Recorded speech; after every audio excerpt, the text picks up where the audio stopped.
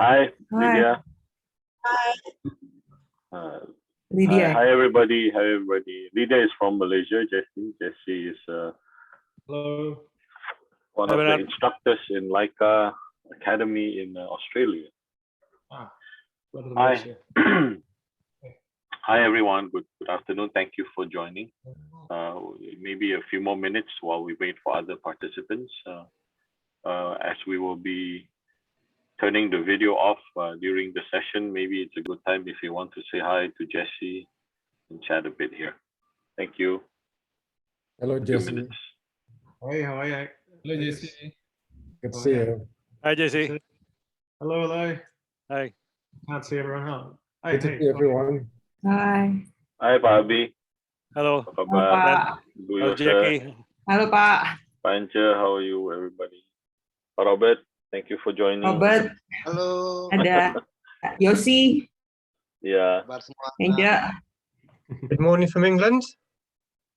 Oh, Hi, hi. good morning. Thank you for joining. What time is it over there? It's 10:30 in the morning, so we're quite civilized. Not too bad at all. Oh. Morning coffee.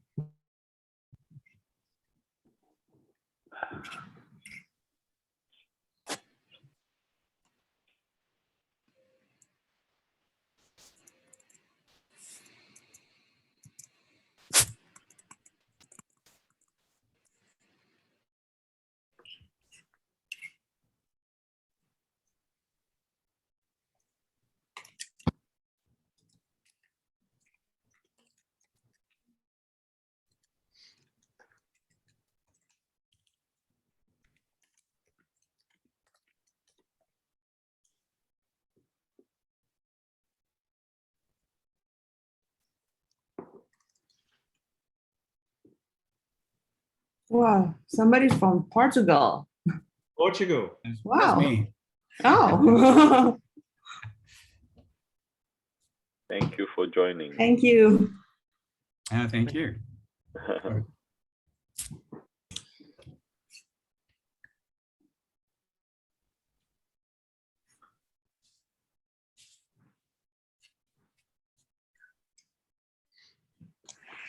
Okay.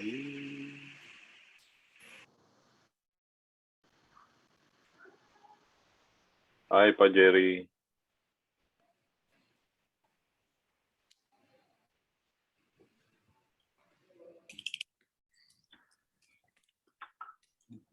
Halo, Pak.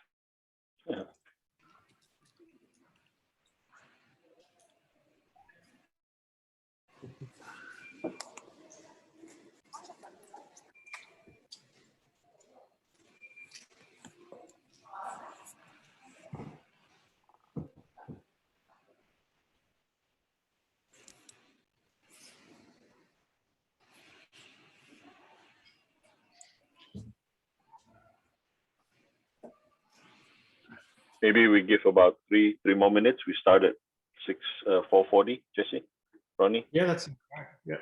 Okay.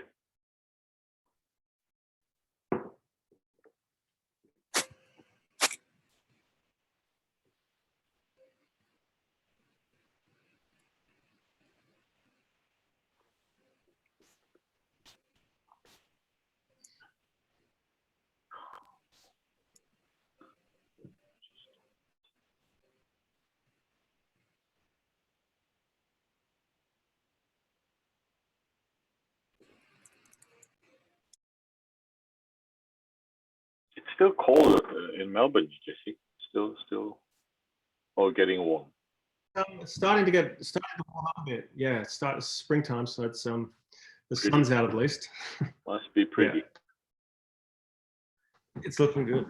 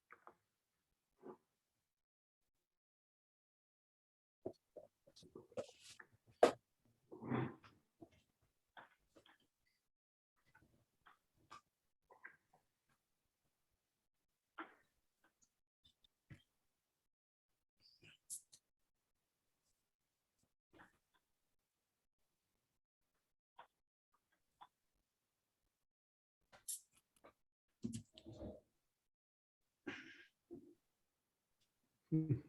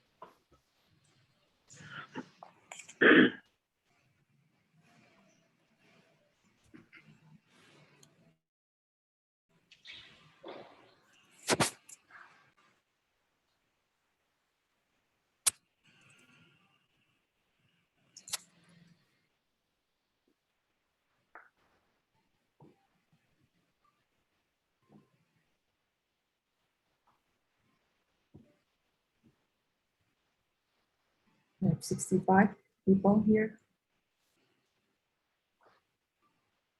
Do you want to start? Do you want to start, or we wait 2 more minutes? We can start. Start. Okay. Start aja. Okay. So I'm gonna mute everybody. Ask first to mute yourself. Wait, huh?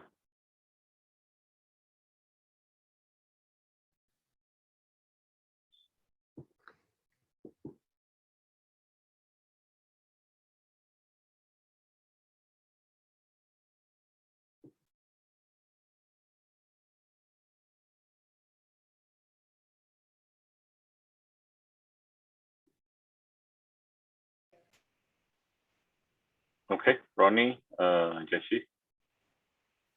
Hey, Ronnie. Okay. Okay. Hi, everybody. Thank you. Thank you very much on a Sunday evening here, Sunday morning or Sunday night, wherever you are. Thank you very much for joining. Welcome to one of our sessions again. Today we have the pleasure to have Jesse Marlow with us. I'm sure most of you already know him, but if not, he's a street photographer based in Melbourne. Has won multiple awards internationally. One of which is 2011, he won the winner of International Street Photography of the Year.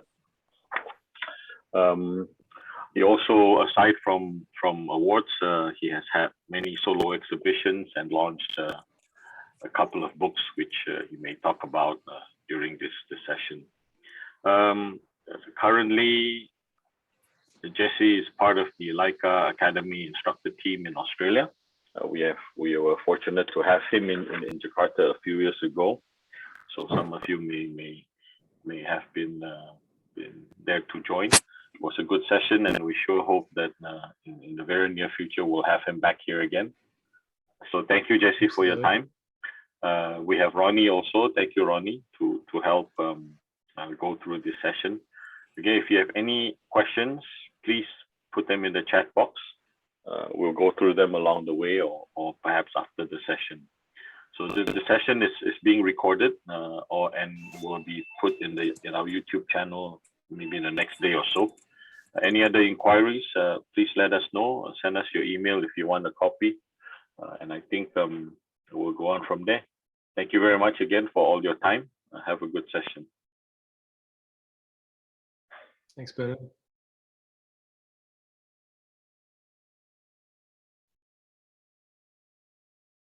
Ronnie may be frozen. Ron?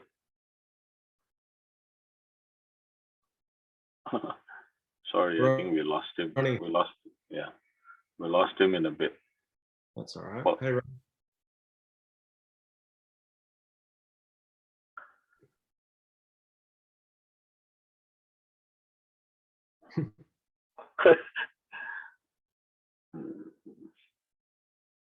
Technology, eh? Yep. Tricky one. There Here he he is. is.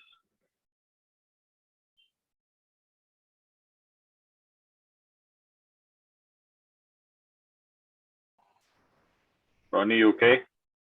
Yeah, I'm here. Sorry about Okay. that. All right. the Go ahead. first glitch of the day.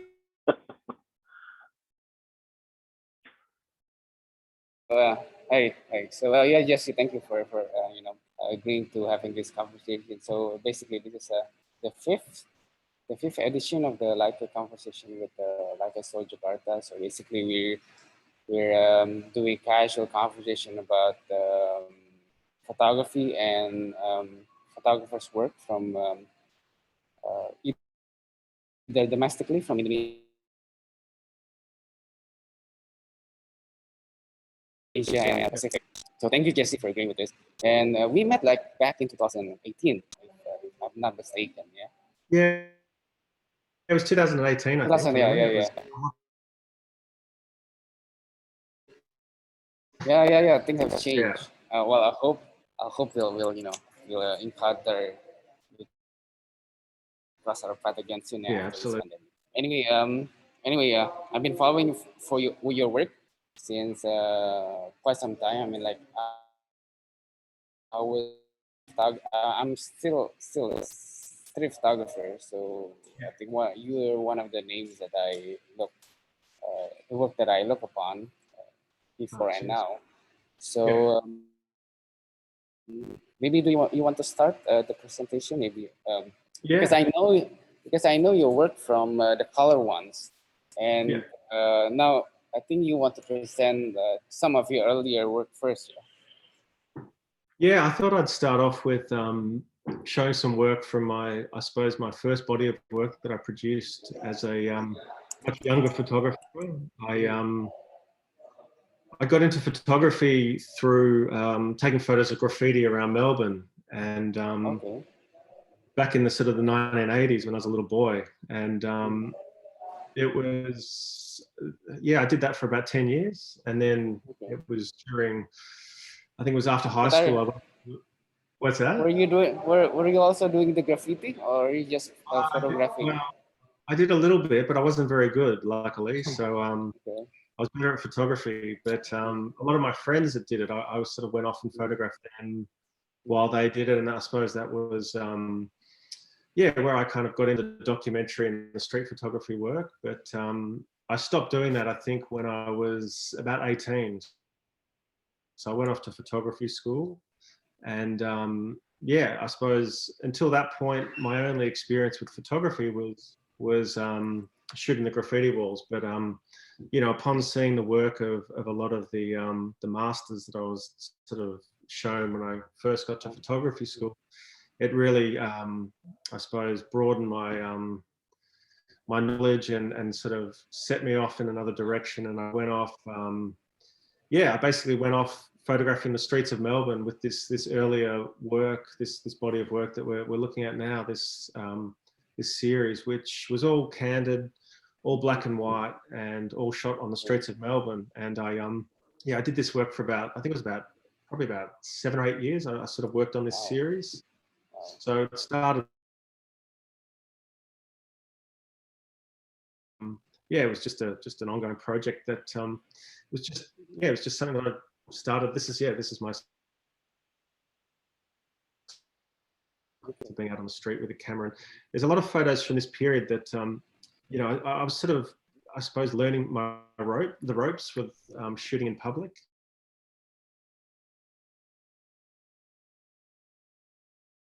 To sort of take myself out of my comfort zone and challenge myself and shoot photos that were sort of new to me. So I looked at the work of a lot of the Magnum photographers. So Hidalgo and Cartier-Bresson, they were some favorites at the time.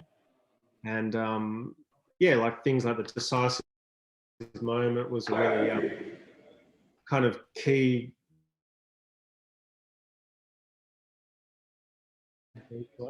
And so some of this work that we're looking at now, this was I've recently published in a series called Second which is City. your latest book, that just come out. So I published it earlier this year. So I did that. I sort of, and COVID-19 first kind of. I had all of a sudden I had all this time on my hands, so I wasn't able to go out and shoot on the streets. So it was a case of going back through older work and looking at, looking at work that I'd sort of forgotten about. And that's when the idea kind of came about to sort of turn that early work into like started out as a photographer. Yeah, absolutely. It was, the work was sort of over 20 years old, some of it. So it kind of, for me, it kind of had kind of reached that time where I suppose you look at certain things in pictures. There's nobody in any of the photos on mobile phones. There's people reading newspapers. The cars in the background in some of the photos are no longer around. The tram, you don't see that much on the streets of Melbourne anymore. So little things like that, little historical details that I suppose then give older work a bit more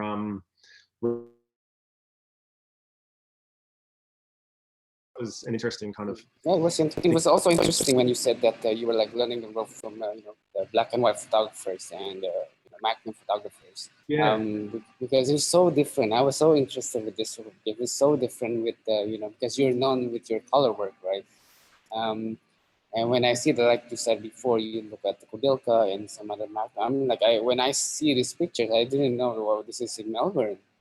Like for instance, this photo, I was. Yeah, but for instance, like this photo, when I first saw it, wow, I thought it was Lennon. You thought it was what? Lennon, Yeah. It's like maybe Jesse went to Russia, but it is Melbourne, right? It's definitely Melbourne. It's historically the busiest intersection in Melbourne. So you've got 4 landmarks on either side of this intersection. And yeah, I remember taking this picture and I remember standing at this set of traffic lights just to the right. And all of a sudden sort of feeling like someone was watching me and turning around and seeing this giant face. And and then, when you see something like that out of the blue, you sort of snap into gear pretty quickly. And, for me, what's that? And you feel good about it. And you got a picture. Then you got to turn it into a picture. So I think I probably shot, maybe 50 or 60 photos of this man carrying this painting from where I first saw him to where he ended up walking with it. So that was and it turns out it was quite a well-known Australian artist who was traveling home from a gallery exhibition with this quite well-known artwork. So yeah, it was quite a sort of important photo for the series, this one. So, you mentioned that you like roaming around. Does your shooting approach kind of change from back then when during your early years until now? Maybe you're mid with your second work, and then now with the pandemic, does it change? Yeah, essentially the work that I produced with this black and white work was, my circumstances were a lot different. I was, I was a student for some of the earlier pictures in the series, and then I was starting to sort of get out into the industry as a commercial photographer. So the one thing that I sort of look back at from that period of time, from the work from that period of time, I should say, was that I had a lot of time on my hands, so I could kind of sit in a location and kind of wait for things to happen a lot more. The work that I've been producing for probably the last 15 years has been, I'd say, not. Yeah, I mean, your circumstances in life change. I've got 2 kids. I work commercially. I'm pretty busy with different projects and commercial work and family life. So, having that luxury of going in and spending an afternoon sitting, in the one spot and waiting for something to happen isn't probably there at the moment. So, I look back at that period as I have a lot more freedom with my work, I suppose, in terms of just putting those hours in.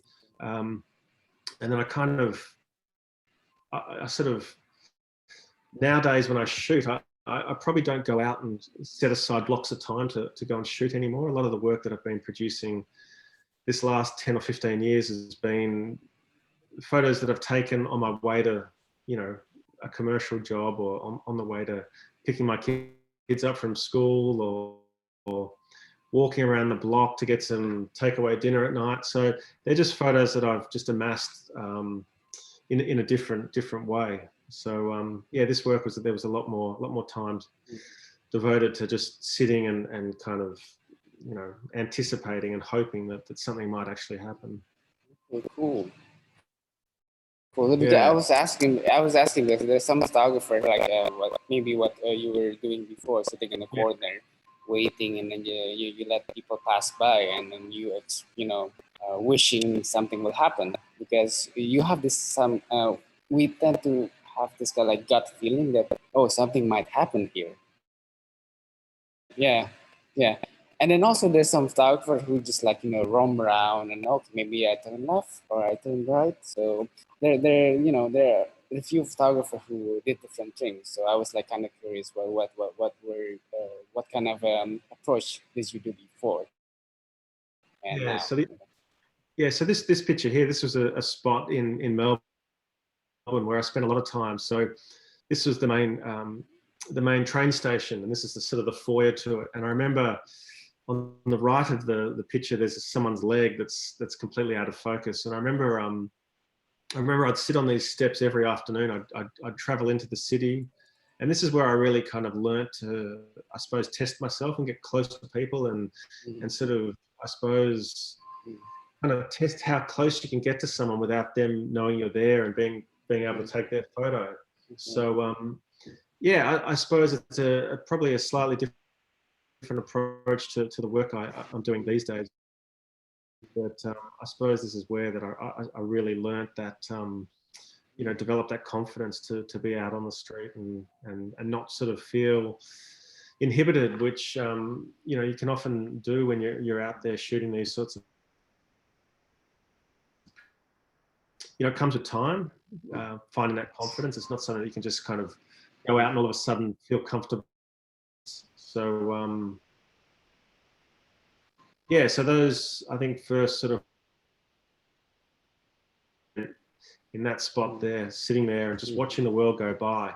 And yeah, anyone from Melbourne that's tuned in tonight, I know there's a couple, will know that Flinders Street Station, when we're not in a pandemic, is a really fantastic spot for taking street photos, because it's just so many different people coming in and out of the train station every day. melting pot, yeah.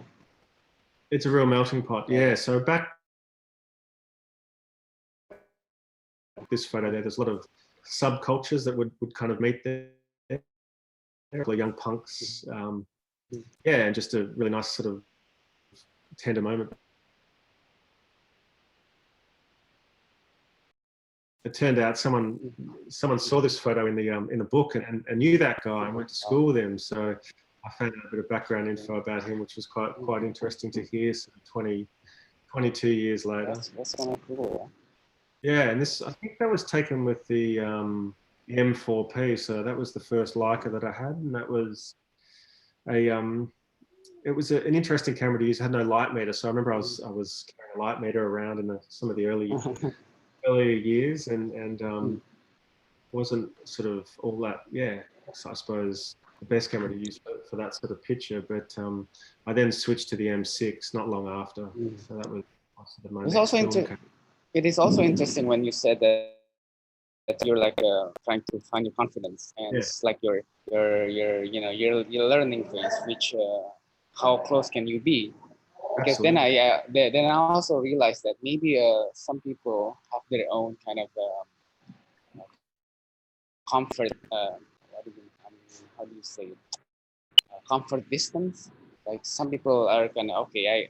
I'm okay with like 1.5 meters, and you have like guys like Bruce Gillen, who's like, I'm okay with 10 centimeters. Yeah. So it's like finding your comfort and how far you're willing to go, and also it affects what kind of a tools that you're using, the lens choice. Yeah, absolutely. I think it's something that I think I kind of probably haven't changed all that much with the sort of the distance that I shoot people from, and that's something that I think throughout the work that you'll see that a lot of it is sort of taken from this sort of, I suppose, middle distance. I don't get that close to people. I like to sort of sit off a scene and kind of not impose myself too much, and then hope to kind of capture what's going on in the context of the broader scene. So yeah, I know Bruce Gilden, he's a I suppose another extreme. As you said, he gets very close and uses a flash, and he's sort of almost part of the image making process is him and his presence. So I like to, I suppose my approach is more of the Cartier-Bresson sort of, you know, stand back and just let things happen, and you being an observer, and then you capture it without kind of imposing yourself too much, which, yeah, so that hasn't really changed all that much when I look back at my kind of overall approach to work. And this is a photo that was taken, yeah, out in the outskirts of Melbourne. It's a bit of a strange picture. This one, I was yeah, just there, and happened to sort of, these girls were down there, and I don't know what they're up to, but yeah, so it's like I said, I sort of sat back from it and was able to kind of capture,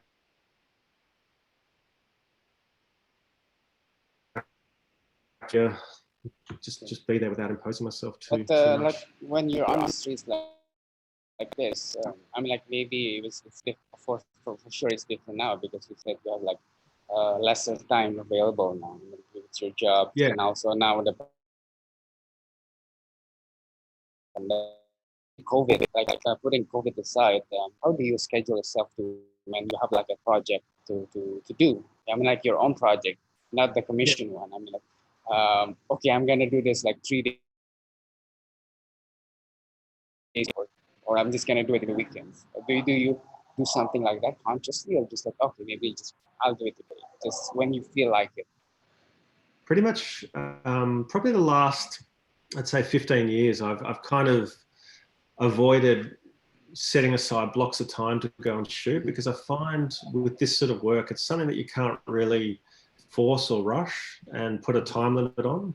And I think what sort of works best for me in my work is just having that kind of organic approach to accepting that, you know, photos are going to come along when they come along, and not to sort of force it. If I was to kind of, you know, look at my diary and say, you know, Thursday afternoon, I've got 2 hours off, I'm going to go to the city and take photos, there'd be nothing surer that I'd come home with nothing, because I'm putting that expectation on myself to kind of to get rewards, when I think it's probably with this sort of work, it just works better for me and my my, you know, where I am in my life at the moment, just to kind of, I've said it a few times, but just kind of live my life and have my camera with me, and that, you know, that's just my approach. So wherever I go, I've got my camera, and it just comes with me. And then some days you see something and other days you don't, and that's the fun part of it, that it is that unknown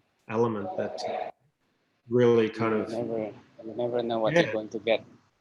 Yeah, exactly. Like if I knew what I was going to be getting every day, like in terms of, you know, going out every day to shoot, and I'd sort of get tired of it. I think you don't want to force this sort of work. You just want to let it kind of happen. You will take it for granted, right? Yeah, exactly. I've got some work later on, which I'm going to show at the end, which is some recent work that I've been shooting during the pandemic, which is different because we're in lockdown here, and I'm homeschooling 2 children with my wife, and we're you know, we're sort of governed by, you know, the school hours. So this work that I've been doing of late has been mostly shot in, you know, the afternoons after the school's finished, and you know, I go out and get out of the house and go for a drive and look for pictures. So that's slightly different, but generally on a whole, it's just, you know. So that's actually the first book, yeah, the one that you're describing right now. Yeah, so the work that we're looking at now is from the Second City book, which has just been released earlier this year. So it's all shots from Melbourne, and all taken from, I think, 1998 to 2004, and it's all just candid, you know, black and white, T-Max 400, M4P camera, and then the M6, just some of it. So it's where, like I said earlier, it's just where I really started to kind of develop my my interest for being out on the street and shooting candidly. So everything's candid that we're looking at. Nothing's set up. This picture here was one that was an interesting one. I remember seeing this woman carrying the head, and that was what I was initially drawn to. And I remember sort of walking behind her and taking a few pictures as she walked down the street. And then those pictures, those first 3 or 4 photos were pretty boring. They were just her carrying the head.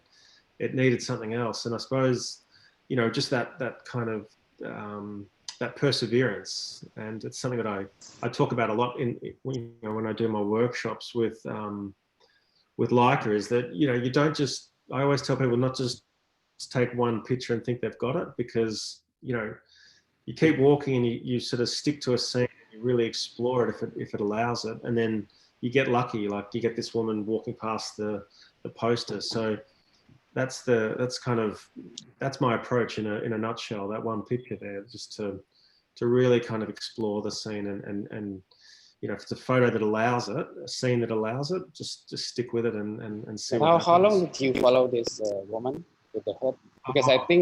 Because I get a sense that you saw the head and then this woman, but you haven't seen the ad, right? That's right. Yeah. Yeah. So I follow. I mean, when I say I followed her, that's I've got to be careful how when I say that. No. I'm not.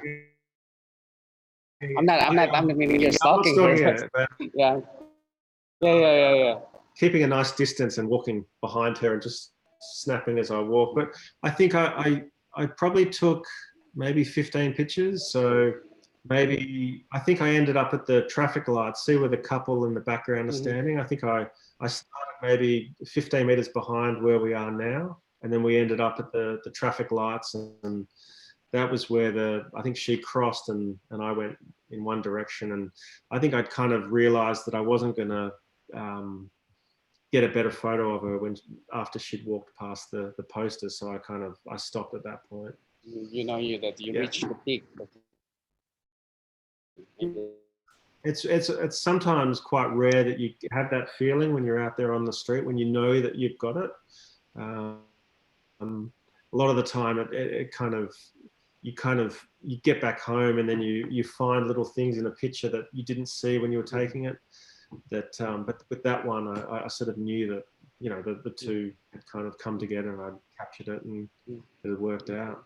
This one was a photo that often I'm out there driving along, and I'll see something from the car and have to kind of pull over and sort of run back and kind of wait for the person that I've seen walking along to kind of come into the scene. And this was a picture that I took at I don't know if there's anyone, well, there's a few people from Melbourne, but this is Chadstone in the background, and it's a big kind of shopping centre. And it was a cold, wet morning, and there was this angel woman just walking along. I don't know what she was doing. I don't know where she was going. And I suppose that's the kind of the fun part. There's that sort of mysterious element to this picture that you kind of look at it and you go, what's she doing? Where's she going? But I put this one up on Instagram, and a few people commented that that they used to see this lady around a lot, walking around with this angel's outfit on. And yeah, so it was good to kind of know that it wasn't just a kind of a one-off thing, but it was the first time I ever came across her, and first and only time. Interesting. But you met her only once, sir? I only ever saw her once, yeah. So that was the only time that I saw her. But yeah, a few people on Instagram had sort of commented and saying, yeah, I've seen her around. I don't know if she's still going. It was about 20 years ago, so she might be still walking somewhere.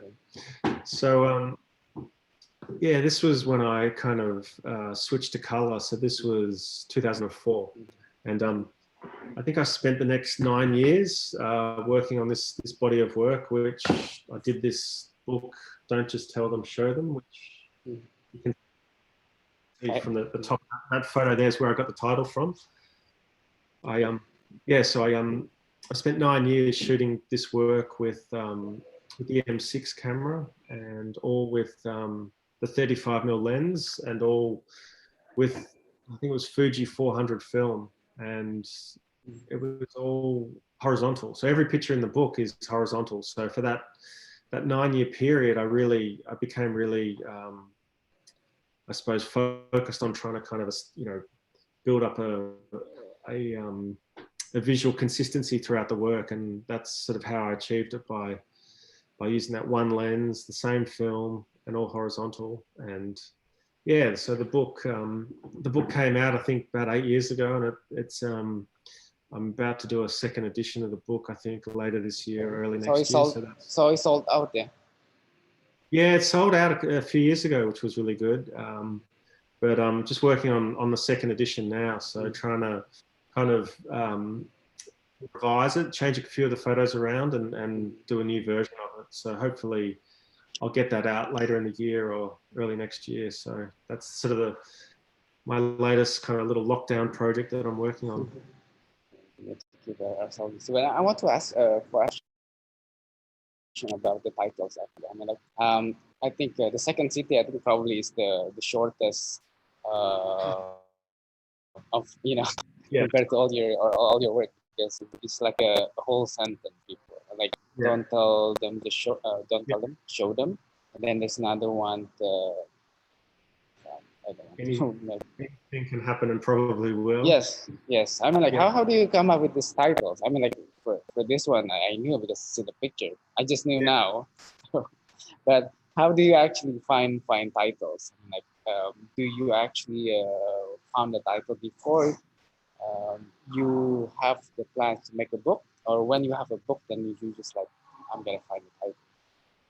So with this work, obviously, I had an exhibition quite early on with this work that was shot over that 9-year period, and I needed a title for it. And this picture here was actually in the exhibition, and I thought that that worked really well as a title, and it kind of worked on a few levels with that series. There's no words in the book, and I really wanted people to kind of just look at the work and kind of draw their own conclusions from the pictures rather than kind of give away things through captions or anything like that. So I used that for this book, and then the Second City book, which has just come out, that was kind of, I suppose, that title came about. I was when I was looking back through the work, because of the time period between shooting the work and kind of revisiting it, which was 20 years, it kind of, what dawned on me early on was I was looking at a Melbourne that was unrecognizable to me. It was a second city. So those words kind of jumped out at me. And then I think it was also last year, it was during lockdown, and every morning I was waking up to the news and I was hearing about this sort of, Melbourne's, in lockdown, and we've got the compared to Sydney, we had this major outbreak of COVID-19, and I heard it sort of talked about and referred to as, Australia, Melbourne was, the second city. It was known sort of globally on a few, it was referred to on a few websites as Australia's second biggest city. So those words kind of jumped out at me, and that's where and it kind of worked as a title.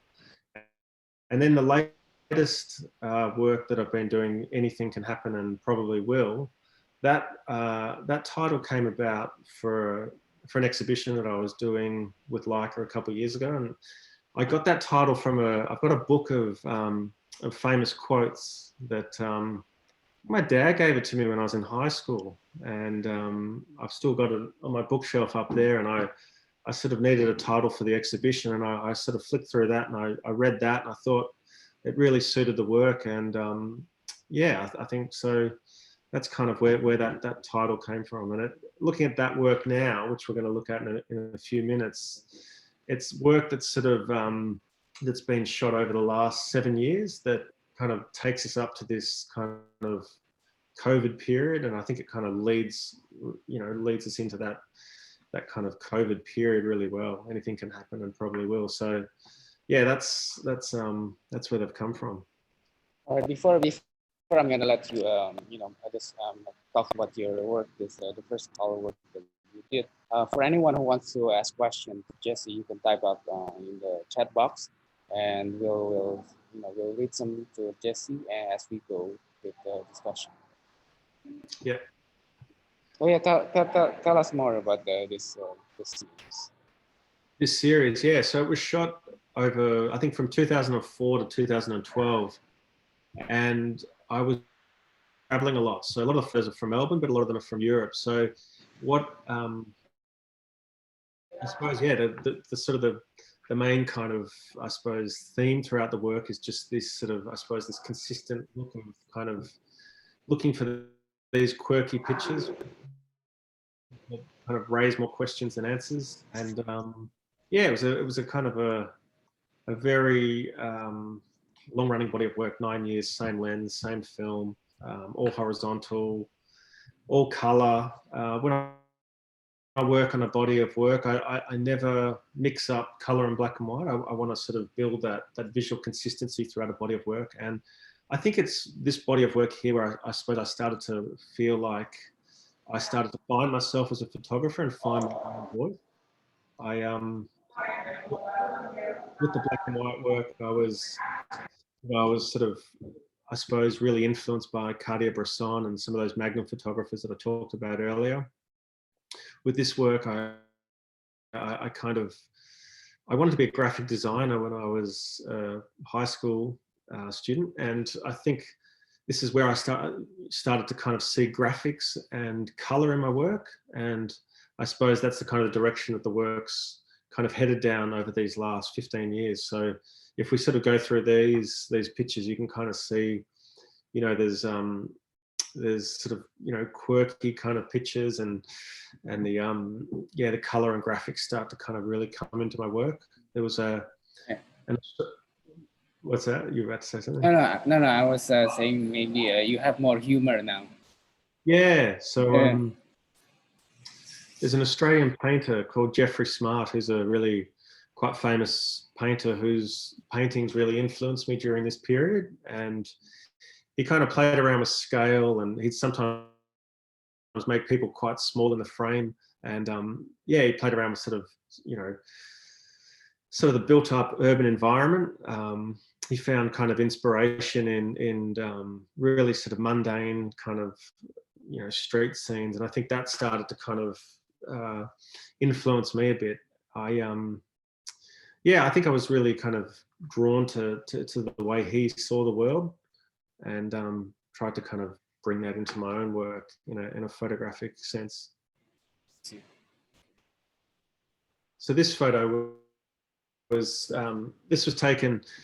I saw this through my car window. So I'm out driving a lot, and this was, anyone from Melbourne will sort of know what this is. But in Melbourne, we've got trams, and this is like a tram barrier, and there's a couple of lanes of traffic between the horse and a yellow tram barrier. And yeah, I just saw this from this kind of lower kind of viewpoint, and then parked the car and went and stood out in the middle of the road in the afternoon sun and tried to kind of balance the horse up on top of the yellow barrier.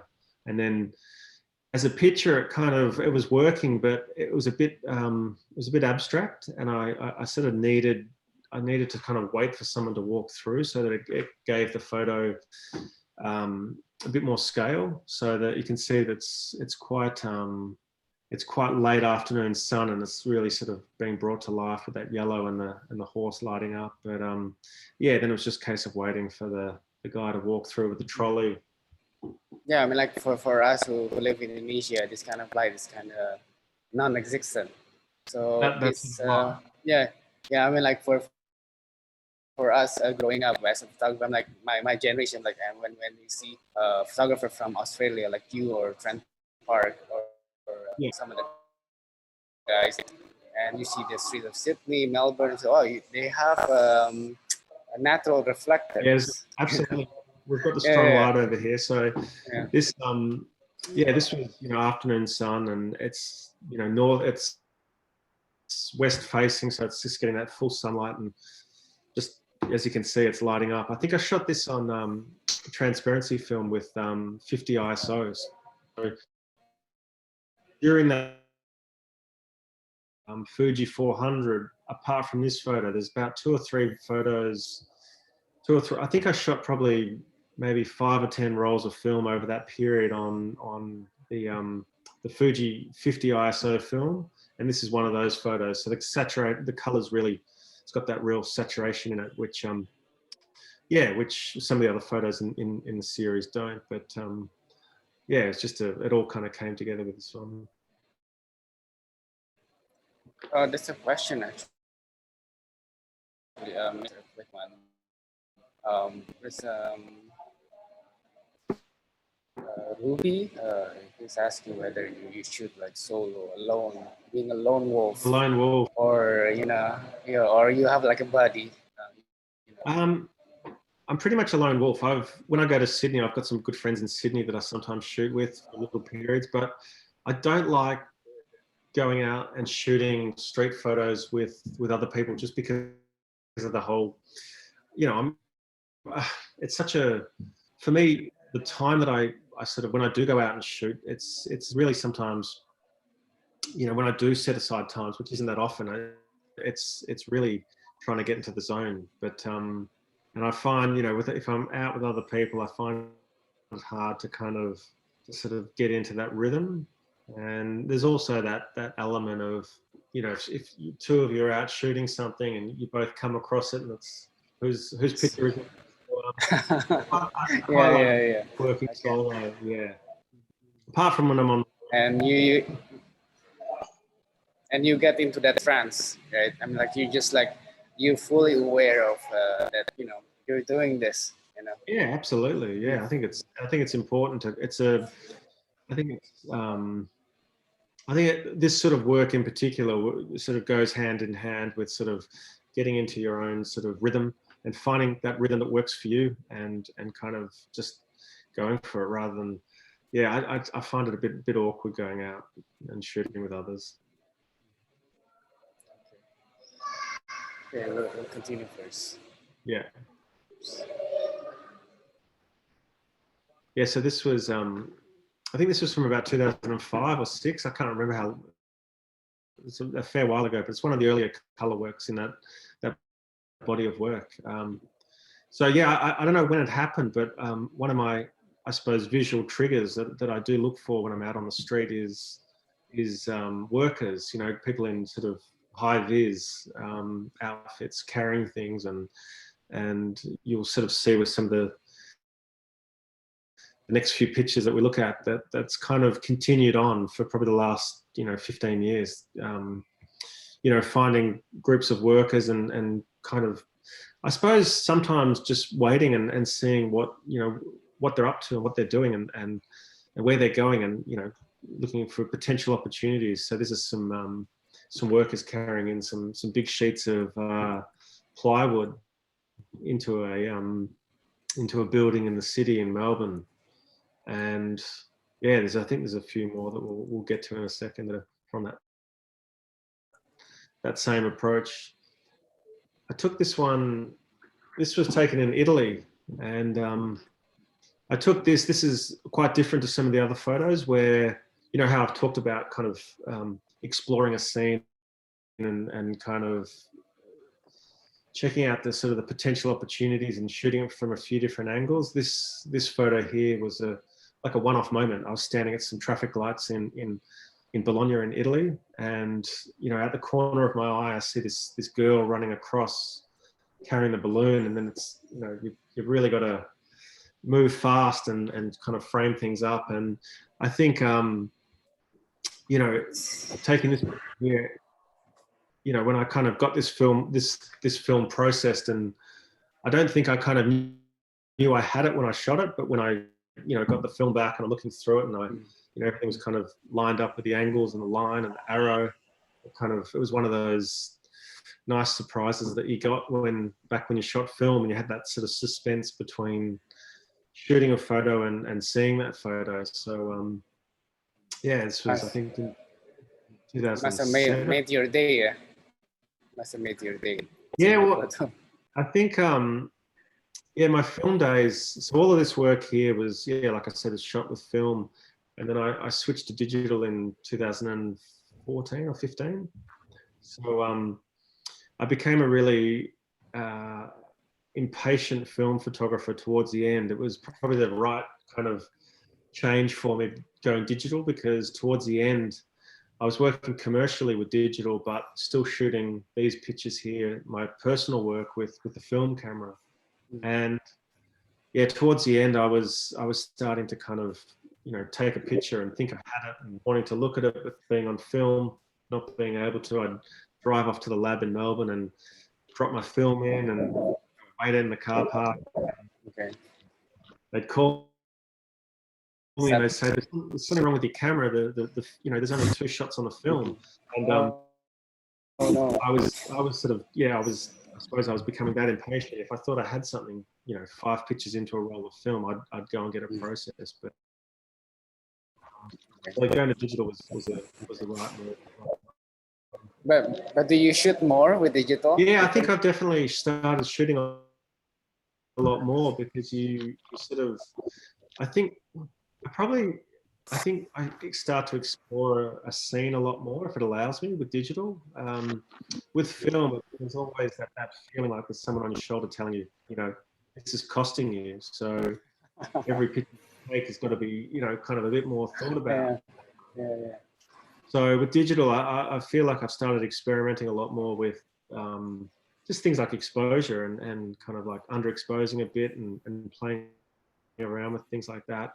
So yeah, this is this picture here. I think if we click to the next one, I've sort of included the little sequence. So this was, I put this in because it really, I like to sort of, like I've said a few times, I like to kind of show people that it's not just one picture. It's, you know, it's standing in that spot and waiting for that moment. So as you can see here, the work is going back and forth, and I think from memory, I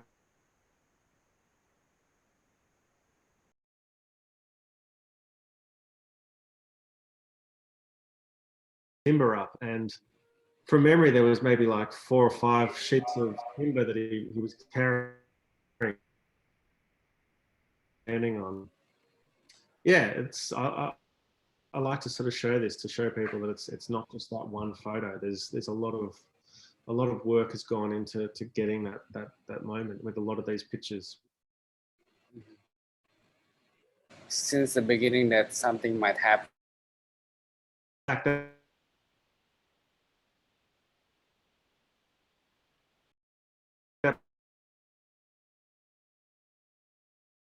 100 times. When the building was being pulled down, they painted all the wall yellow.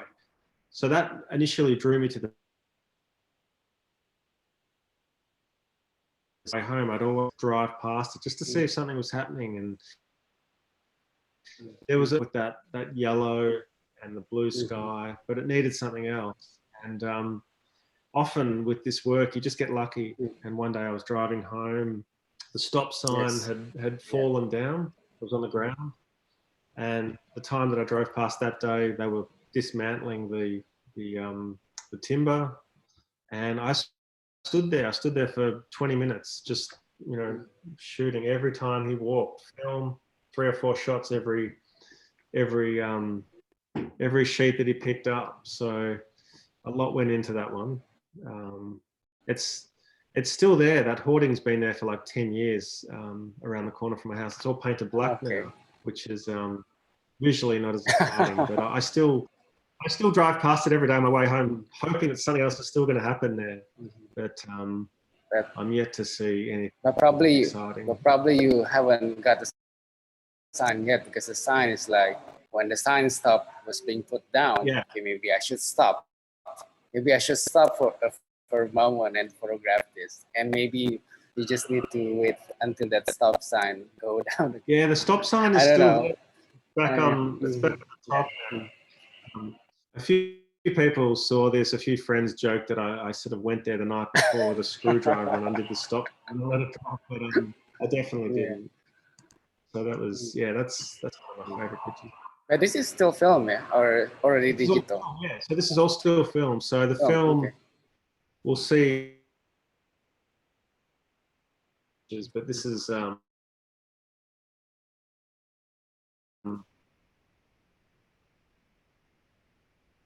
suburb, big nature strips, and yeah, this is just a woman who's out there down on a few frames of her when she tries to get up from frame. Exciting because you can see what she's doing, but it's that little moment where she's just kind of rising up that you know, kind of makes. And then I think the next one, go to the next one.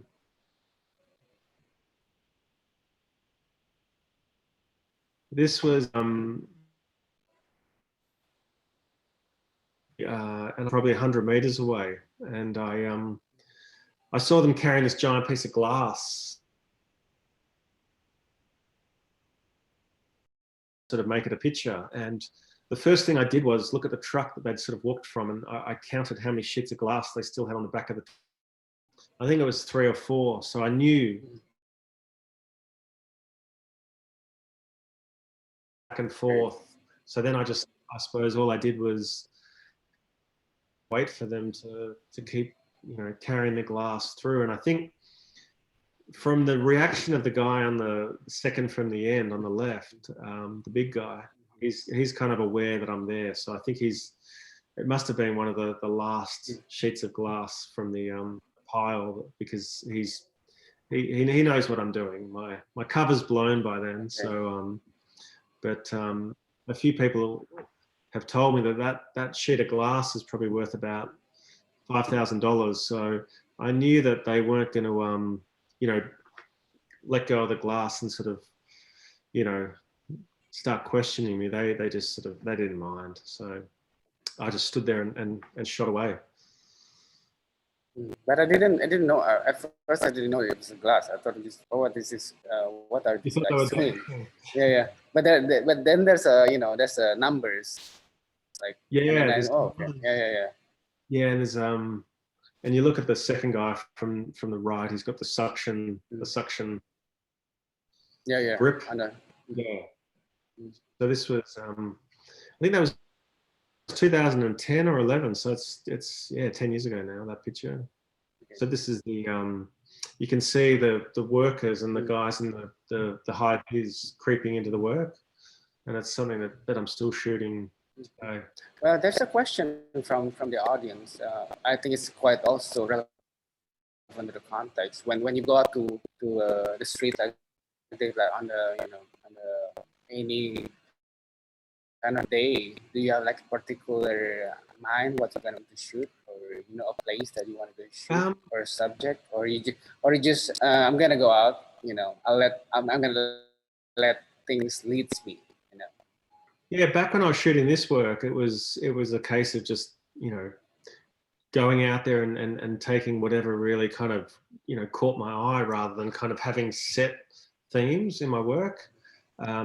As my work's kind of progressed from here, you can see, like I said, the workers has become like a little kind of theme that's crept into my work. So I've got probably 2 or 3 visual triggers that I kind of look for when I'm out there, but I don't sort of let it define my work, because I find if you go out and just look for one particular thing, you're going to come home with one particular thing, or nothing, because you're not going to see it that day. So if you kind of go out there with an open mind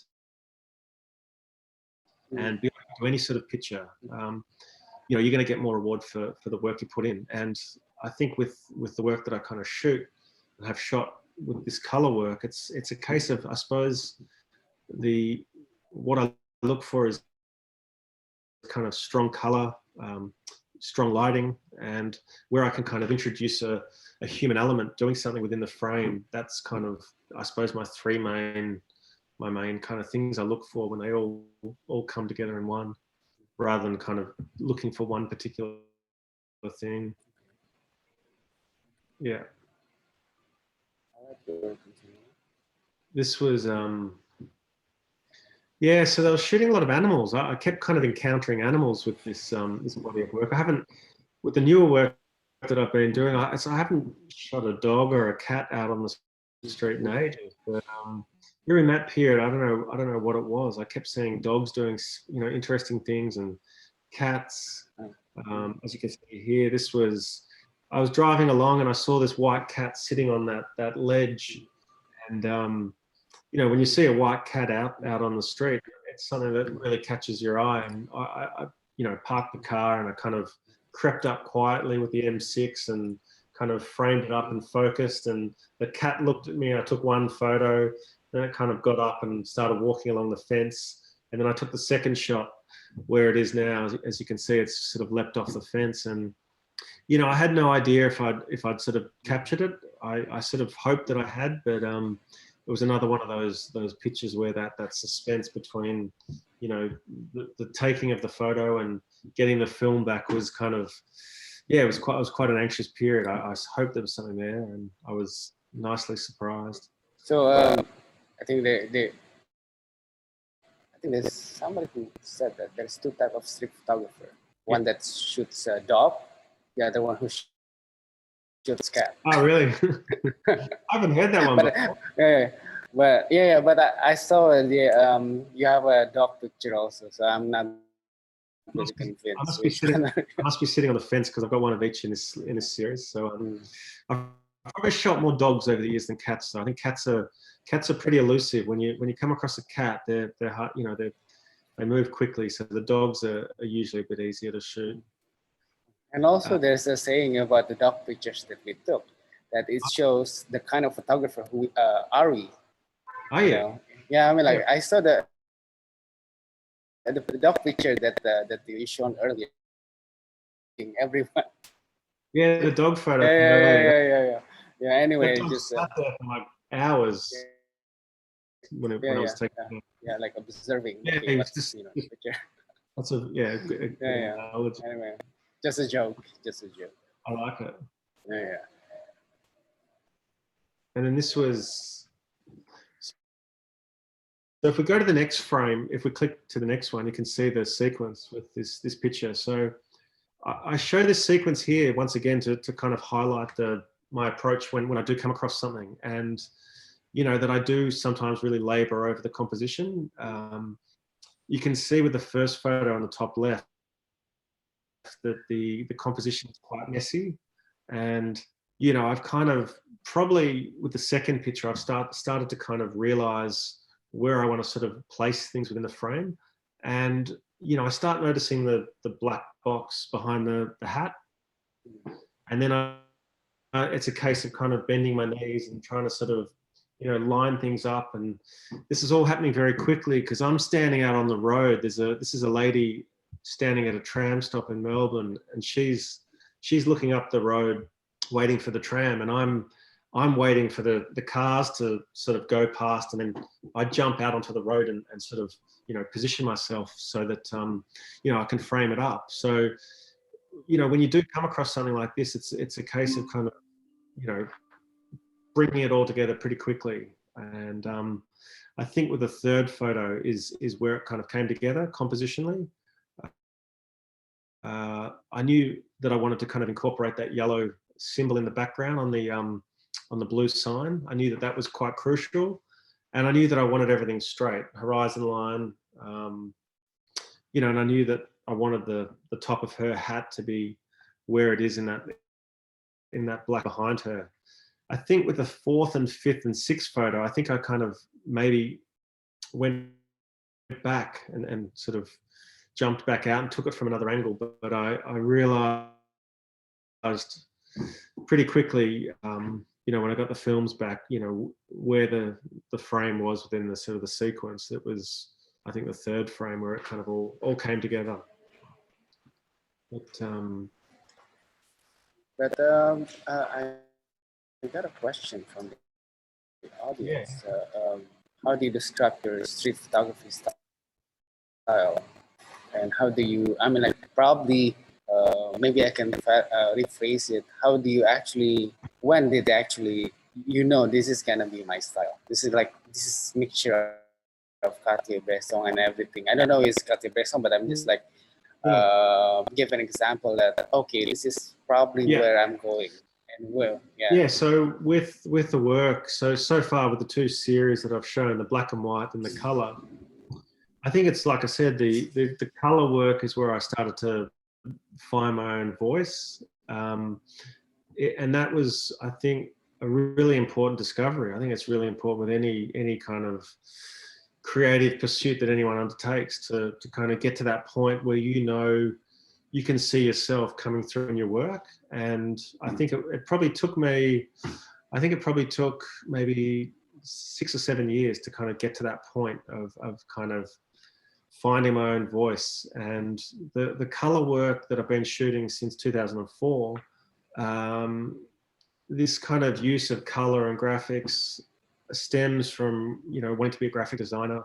My mum is a fashion designer in Melbourne, and I grew up kind of surrounded by kind of all these kind of weird and kind of crazy fabrics that my mum used in her clothing designs. So that, I think, as a kid, seeing and being sort of growing up in my mum's studio and seeing her use all these fabrics, I think really, influenced what I look for as a photographer and what sort of interests me. So I think it was this period here from sort of like 2004 to 2007 or 8 where that color work really kind of, I suppose, started to develop and refine what I was looking for. And it's something that I kind of continue to sort of look for now, which is 18 years on.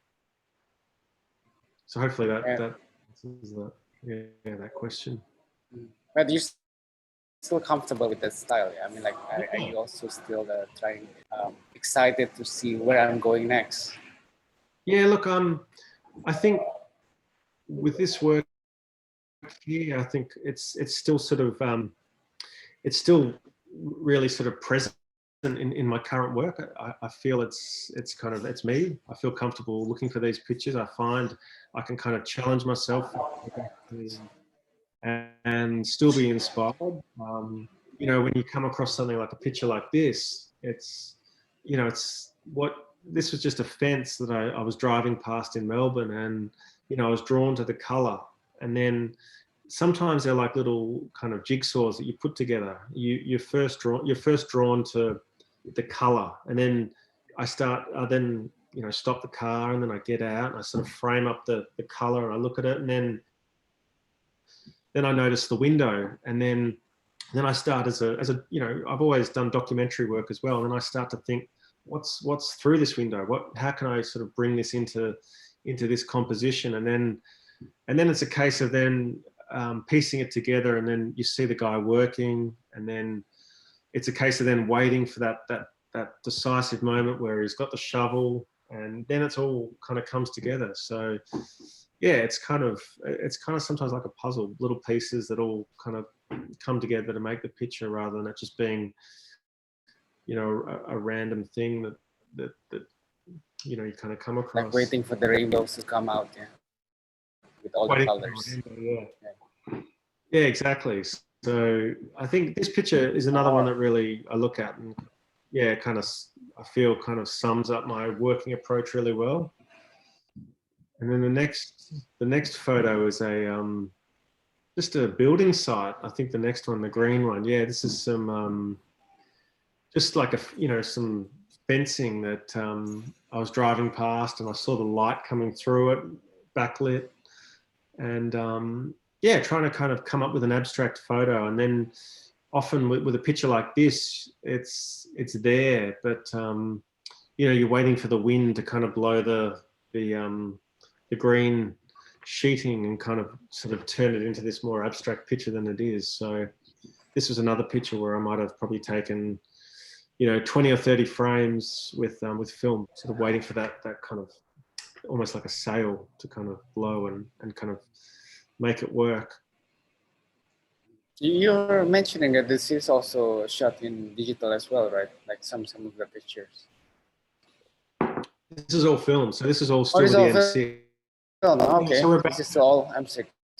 I think this photo here, the next one of the swan, is the is the last of the film pictures. Okay. So Okay. I think the Swan one. Yeah, and this was, you know, I was over in Europe, and I'd done this sort of, I think about a 6-kilometer walk around this lake, and you know, I kept seeing these swans, and I kept seeing the sign for the swan, and I kept thinking, you know, surely I'm going to be rewarded for doing this 6-kilometer walk. I think I got towards the end, and you know, the swan walked out, and then it kind of all came together, and you know, the sun was setting, and it was one of those pictures once again that, you know, I hoped had worked out, but being on film, there was that element of, you know, that suspense between getting the film Which back. comes first, the sign or the swan? The sign, from memory. The sign first, yeah. You know, with the mountains in the background and the sign, and it was a case of waiting for the swan to kind of walk in and kind of, you know, be where he is in the frame. Love this picture. Yes, I was rewarded for the long walk. Yeah. And then, yeah, and then I think the next, so this is when I switched to digital. So this is shot from I think from 2015 onwards. So I've been working on this series for the last, 6 or 7 years now. So and this is the series Anything Can Happen and Probably Will, which I think is in the recent LFI magazine. So this is just my ongoing work that I'm working away on. So it's essentially a continuation of the previous body of work. I think the changes within the work are that maybe some of the composition's a bit more deliberate. I think with you know, using the Q2 and the Q for this work, I can kind of really, I suppose, be in control a lot more with the mirrorless and get exactly what I want framing wise, as opposed to the M6 with the. So yeah, we can just go through some of these. This was in Melbourne on a hot day. This was a guy whose car had broken down, and I was just walking past, and yeah, it turns out he's a friend of a friend. It's such a small world, but he saw this photo, or his friend saw this photo and called him up and showed it to him. And he was, at first, I don't think he was that happy that, you know, I'd captured him when his car had broken down. But yeah, he's sort of, I think he's learned to like it, which is, yeah, a bit of a funny one. This was taken, I think I was up in Sydney when I took this, and I was working on a commercial job, and I was walking along, and there was this, I saw this leaf sitting on this car bonnet, and you know, I was really drawn to the light, obviously, and the you know, the shadow and the color, the blue. And then I really kind of labored over this one. I sort of stood over this car bonnet and was really trying to bring it all together compositionally with the 2 points of the leaf touching the white building reflection and the shadow of I think it's a street lamp that's sort of shadow at the bottom. And I remember I probably took, you know, maybe 30 or 40 pictures of this, where I was really focusing in on trying to kind of line it up. And I didn't realize that I got the fright of my life. There was a woman sitting in the car, and she pushed her horn, and it gave me the fright of my life. And she stuck her head out of the car, and she said, "What are you doing? You know, can you hurry up? I need to move." She was sitting in the car watching me while I was sort of, you know, leaning over the car bonnet for, you know, that's hilarious. Yeah, and it was on another planet. Just I was trying to explain it. Look at it, and she's just like, "I've got to go. Can you move? Hurry up!" So that was a bit of fun. But she was still nice. Yeah, she was nice. You know, yeah, exactly. And this was I took this in Tokyo a couple of years ago, and once again, it's finding a spot and then waiting. This was, I don't shoot a lot at night, but this one, I was obviously out shooting and saw the backlight coming through this this staircase, And then I stood there and I waited for probably 20 minutes and shot every single person that walked through, and trying to kind of get that interesting shadow that that I ended up getting. So yeah, so some of them are some of these pictures are really kind of, you know, really labored over, and that's one of them.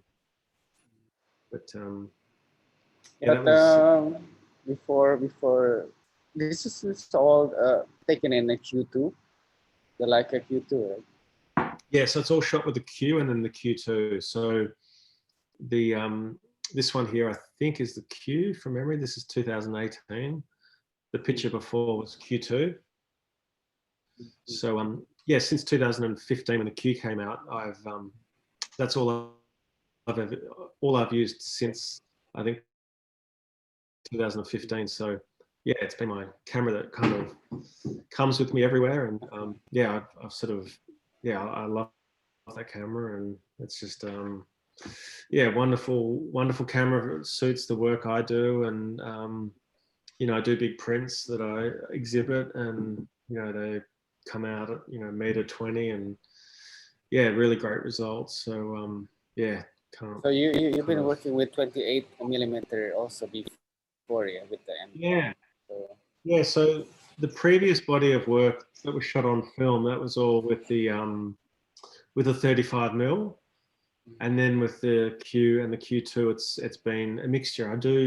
I use the digital crop, so I do shoot sometimes at 35, but mostly it's 28 and 35. I don't really do many shots with the 50mm crop. It's more, and you can see like the distance that I'm at with most people in the pictures is that sort of same distance that I'm at throughout my whole kind of, you know, different bodies of work. It hasn't really changed over the years. It's still 28, 35, but yeah, it's probably more 35. I probably use the 35 a bit more on the Q. So use the digital crop. but do you, if you have to choose, putting aside the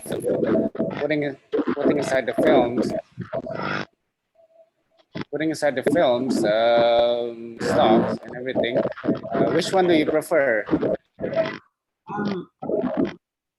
Hello? Good question. On the spot, but I think probably I love 35. I find it really kind of. I find it sort of, it probably suits my work more, 35, and the distance I like to sort of get from people. But you know, I think I've learned to kind of play with 28 a bit more, and you know, so probably it's 28 and 35. You know, I'm on the fence again. I'm a fan of both. But you never look back with film. I mean, like now, digital, it's only digital. Yeah, I haven't shot film for maybe 5 years. So I've still got my M6, but I'm not using it. I'm going to start using it again maybe, but I love the kind of, I think, because at the moment, you know, with young family, and you know, when before COVID, I, you know, really sort of busy with work and travel. Digital, I think, really suits my, you know, stage in life. I think it's good to kind of not be too locked into something. I think with you know, with the film work that I did, which was very kind of rigid in its approach, it was all same camera, same film, same lens, all horizontal. I think it's, as good as that is to kind of have really strict approaches with your work, I think it's also good to kind of explore that, but then mix it up again. And then yeah, so at the moment it's digital, and it's kind of just, yeah, get out and shoot and get home and have a look at what I've got, and, you know, work late at night. And so for the moment, the M6 is just being, you know, rested. Yeah, it's having a good workout for a number of years, so it's having a bit of a break, but it's I'm going to get it out again soon. I think maybe once lockdown finishes. This was taken in Melbourne at the start of last year in 2020, and this is a very famous sculpture that's moved around the city, and it's I suppose one of the things I'm drawn to is yellow. Like a lot of my work, yellow pops up, and this is a very iconic kind of sculpture that has moved 3 times, I think, in the city of Melbourne, and it's sort of tucked away now. It's quite hidden where it is now. And I came across it one Sunday morning. I was out driving and saw the old guy walking along. He had like a pusher, and that's why his arms are kind of out where they are. And I saw him coming from a distance and parked the car, and then just waited and kind of framed it all up and just waited for him to slowly walk through, and took, 3 or 4 shots as he walked through. And he's giving me that look that you sometimes get when you're out on the street, which I don't mind as a street photographer. You do hear some people say that, eye contact is kind of, you've lost the moment if eye contact is in your picture, but it's one of those, for me, it's one of those rules that I don't sort of abide by. There shouldn't be any rules with shooting on the street. It's really up to you to kind of find your own voice and style. And yeah, this is a recent favorite. I agree with that totally. So we'll go to the next one.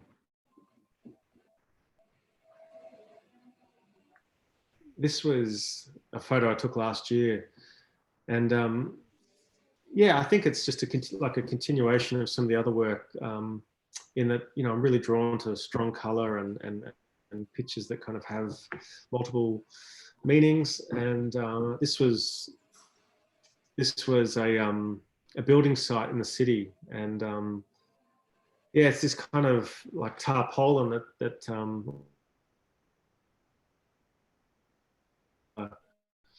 this these printed leaves on it.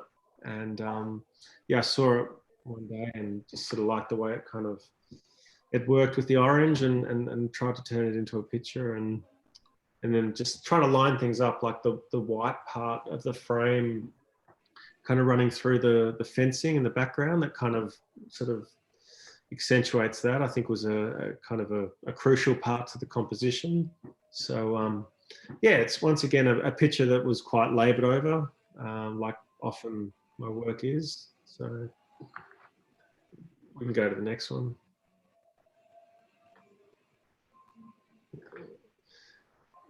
I took this one in Bangkok at, I think it was in 2016 or 17, and I saw these 2 guys sitting there on this, at the front of this big shopping mall, and I saw the guy scratch his head, but I missed it, and I knew that was the picture, because just the 2 heads sitting there, the 2 men sitting there with just their heads sticking up, it was a little bit too abstract, and I knew that I wanted that hand to be there again. So I stood there with my camera ready on a hot Bangkok day for probably about 45 minutes, waiting and waiting for this guy to scratch his head. And it happened again, but it was quite I remember standing there thinking, I had the hot sun behind me, thinking, is this worth it? It's about 35 degrees. Is this going to be worth it? But often you put in the effort, and you get the reward with this sort of work. So I was glad he scratched his head again. Well, I'm glad you waited 45 minutes, because sometimes when you decided to give up, it happens. Exactly, and that's often the stressful part of this sort of work. That if you do walk away from scenes sometimes where you think it's not going to happen. I've just wasted 20 minutes or 10 minutes or 15 minutes. And other times there's that little voice in your head that just says, just stay for a few more minutes, just wait. And I think it really depends a lot on what else is happening in your life. If you've got commitments and you've got to pick your kids up from school, a picture like this is probably a bit hard to sort of wait for, but I was there for a workshop, and I had time. It was the day before the workshop, so I had a free day to sort of explore the city, and I had that time on my side that day. But for every every photo like this where you do wait and you do get rewarded, there's another 50 to 100 pictures where things haven't kind of come together because you don't have time. I think that's one of the important lessons that probably we should do in a workshop, like wait for 40 minutes, because usually in workshop we just like turn around briefly, right? Yeah, well, we often don't have time on the workshops. But, you need it. Of course, yeah, of course. Yeah, I took this one in Brooklyn. Oh. I took this a couple of years ago when I was over in New York, and I hadn't been to New York before, and I had this sort of idea to, there's so many iconic photos from New York and Brooklyn of fire hydrants and kids sort of playing in the street with, under the fire hydrants. So I think this was maybe the last day that I was there, and I came across this guy moving the fridges back and forth, and I just stood there and waited and was able to kind of capture this one. And yeah, it all kind of came together. He's got the cigarette in his mouth, and just I think the hose, is spurting the water towards him, or it looks like that in the photo. I was, I think, across the road. I think I shot this maybe with the 35mm from memory. So yeah, this was, I think, from 2019. I think there was a couple of questions. There was one that I saw pop up about processing. I think there was. Yes, I was about to ask you what process from Jojo Gloria from the Philippines. Yeah. Yeah. What process do you go through when you're developing your body of work?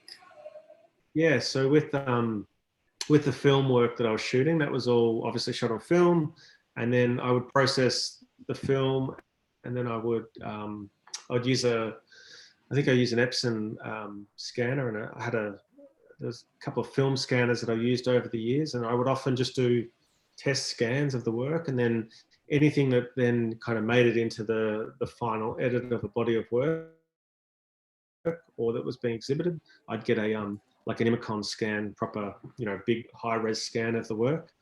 And in terms of sort of what manipulation do I do to my work, I don't do a lot of work to the pictures. Because I've got a film background, and commercially I've worked for newspapers for a number of years. You kind of, when you work for a newspaper, you're kind of governed by certain, I suppose, rules that you can't make a sky too blue, or you can't Photoshop something or move something. I don't do any of that. If anything, I suppose the only kind of alterations I do to my work is I sort of like, sometimes I move the levels a little bit, contrast. I don't know how to do layers in Photoshop. Back when I was at photography school and we were learning about layers, I didn't go to those classes, so I don't do a lot of kind of burning or dodging. I sort of just play around with levels, contrast, and that's about it. And curves. Mostly now basic adjustments only. Yeah, basic adjustments. I use Lightroom now for all of my work. So Lightroom, curves and contrast is kind of, and brightness, and sometimes shadows, opening the pictures up a little bit if it's a little bit under, and that's kind of the extent of it. Yeah. It must be hard when you were doing film to adjust things. Yeah, everything is harder probably because once it's shot in the negatives, especially if you shoot color. Yeah, exactly. So with the film stuff, I was scanning the film, so I was using Photoshop to do the adjustments, but it was just getting the work ready for print is how I kind of like to summarize the work that I do, and that's just, like I said, getting a contrast, doing a strong black point, making sure the whites are white, and that's really it. Is there another question?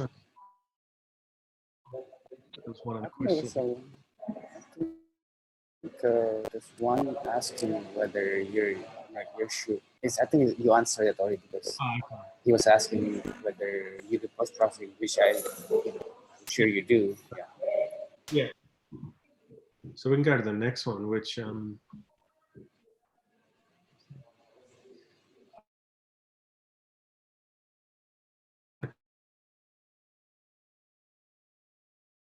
one of those pictures that was really Yeah.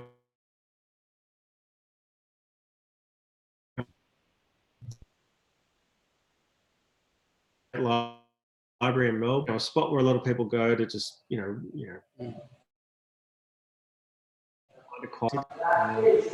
were in between photo February this year. Yeah, it's like the way composition to see. There were the pandemic and how the situation the past almost 2 years here. And how do you create a solution? Yeah, it's been tricky. I mean, here in Melbourne at the moment, we've got a curfew, and there's only, I think, 6 reasons why we're allowed to the house. So what I try to do most afternoons, which I'm going to show in a minute, is some of my most recent work, which is I go out on a drive, and I always have a shopping bag with me. So if I do get pulled over by the police, I've got my grocery bag. I try to just sort of, I suppose, if I'm out walking, I've got my camera with me. We're allowed to exercise, so that's allowed. But it's weird. It's been hard to sort of shoot street photos and not get photos of people with masks on, which I think this work that I've shown so far, this more recent work with the Q and the Q2, there's no masks in it. So it's almost like that period of time, sort of here in Australia, especially the pre-mask and mask wearing period is really highlighted through these bodies of work, which it's been a tricky time to shoot, that's for sure. But hopefully things get easier. Yeah, I hope so. Yeah. That next photo was I think the next one of this was, so when I'm out and about, like I've said, I'm drawn to yellow. That's probably a color that, when I do come across it on the street, it stops me, and I start to look at the potential within the scene, if that strong yellow is there. And as you can see here, it's it's a gutter. It's a really kind of boring photo. And then the challenge for me is to try and sort of turn what's a really sort of somewhat boring kind of rainy day, kind of, there's just a hose and there's a leaf and there's yellow, and it's trying to sort of bring it together compositionally and make it work. And then little things like down the bottom, you can just see my reflection in that water. It's maneuvering myself so that I'm not in the frame. Some of the more looking shots within my work are sometimes some of the more labored over ones, where I've really kind of worked on the composition in camera to sort of bring it all together. This is one of them. And I think the leaves makes the picture, yeah? The maple leaves. Yeah, the leaf was, the sort of, I think it was the autumn leaves. So that was, I think, probably back in about April or May when, and this was, I took this, I think, about 2 years ago, the photo of the 2 workers, the next one, the orange one. And that was, I think, 2 guys that I drove past, and they were there, they were working on there were 2 internet connection guys, and they were standing there looking at this computer, and it was a cold day. And I saw them from the car, and I pulled the car over, and I got the camera out, and I sort of walked back. And often you see something from the car, or you see something from a distance, and the angle works from that distance, but then when you get closer to them, it doesn't work. And with this one, with the background was quite simple. It was this this fence, which was not sort of moving or changing. So essentially all I had to do was kind of position myself enough to then to kind of just have the fence in it and keep that background really simple. I walked along, I sort of stopped for probably a second or two, took 2 or 3 shots, and then kept walking. And yeah, that's how that one kind of came about. So often with what you kind of leave out of a frame, you know, in terms of sort of how you move into a scene and kind of crop something out, can kind of build up I suppose, the mystery. So, you know, by me, I think shooting this at 35 on the Q2, as opposed to the 28, you know, what I've kind of left out is the laptop they're looking at. So that's, yeah, little tricks like that I work with when I'm out there doing this work. But what were they doing anyway? Yeah, so they were trying to fix the internet. Oh, so there okay. were the 2 workers that had this sort of iPad, Oh, and they're both looking at I the see. they're trying to kind of connect to something. They work for, I think they work for the local phone company that does all the internet connection around Melbourne, and they were there fixing up the internet for this apartment block, I think. Just a question from Audi. Yeah. Yes. Oh, though I think most of your photos are quite naturally candid. But have you ever like asked a person to stop or direct them? There's one photo in my color book, which I can show you if you want. I haven't put it in the series, but this one here, I took this. Oh, you can see here the legs. Okay. So I saw a man stretching his legs in a park one day, and I generally don't engage with people in my photos. I prefer to kind of, you know, not interact with people. I like the that element of surprise and not kind of. I feel like if you were to sort of let anyone know you were there, you're kind of ruining the moment. So with that picture there, that guy's, you know, stretching in a park. I saw his legs there. I walked up and I was behind him. I said, "Don't move. There's a really interesting photo of your legs.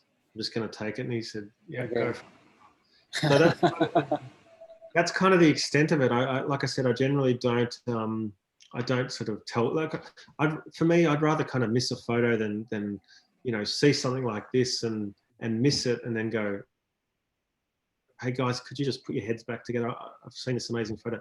So the challenge for me is to make it happen. And sometimes it's walking back through this scene 2 or 3 times. You know, it's walking past the first time, taking 2 photos, walking 100 meters down the street, and then walking back that same direction and having a second go at it. So yeah, I generally, I sort of never really kind of, you know, ever ask anyone to do anything again or get anything up. So that's my approach.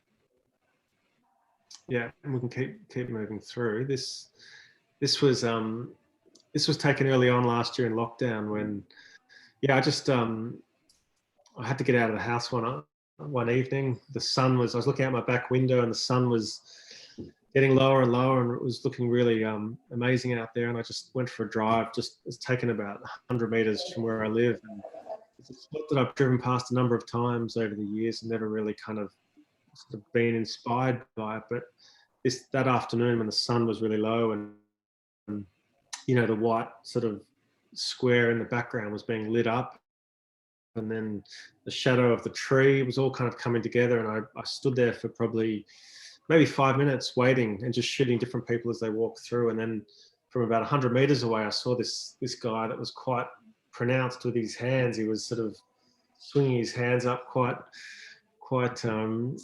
you know, quite rigorously, and I knew as soon as I saw him that if he kept sort of doing that, it was going to work out. So I used as you can see, I've used the tree to kind of, I suppose, not disguise myself, but I brought it in as an element within the frame, but I also used it as a sort of a shield between me and the subject, which yeah, just it kind of all kind of came together when I saw him come through. I love this photo very much.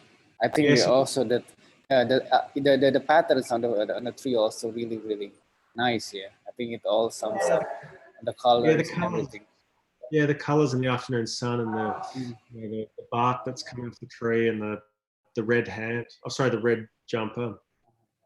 Yeah, kind of nice, strong, warm colour and shadow. And, yeah, kind of your eye. That might be my shadow on the right hand side. You can see Oh. my.